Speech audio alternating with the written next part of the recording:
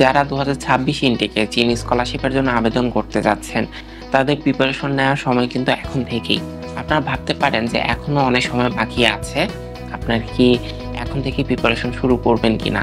সবার উদ্দেশ্যে জানাতে চাই, যে কোনো দেশে আপনারা যদি উচ্চশিক্ষার জন্য যেতে চান, কমপক্ষে 1 থেকে 1.5 বছর আগ থেকে প্রিপারেশন নেওয়া উচিত। যারা 2026 ইনটেকে চীন স্কলারশিপের জন্য আবেদন করতে চাচ্ছেন, তাদের বর্তমানে কি কি করণীয় সেগুলো নিয়ে আজকে আলোচনা করছি। আপনারা শুরুতেই আপনাদের পাসপোর্টটা রেডি করে ফেলবেন। আপনাদের অনেকেরই হয়তো পাসপোর্ট নেই, যাদের পাসপোর্ট নেই তারা অবশ্যই পাসপোর্টটা রেডি করে ফেলবেন।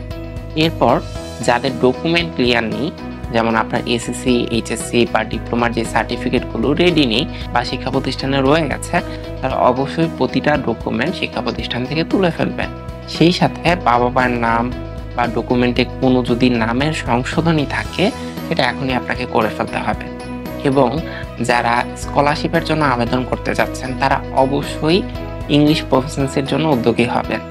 আপনারা অবশ্যই আইএলটিএস এর একটা প্রিপারেশন এখন থেকে শুরু করে ফেলতে পারেন।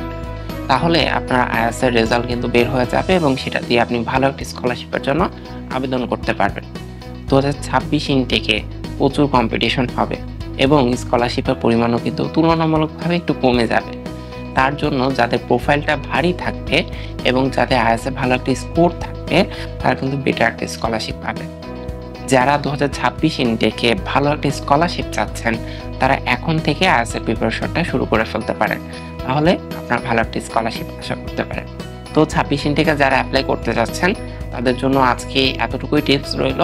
পরবর্তী কোনো ভিডিওতে আপনাদের সাথে আবারও দেখা হবে।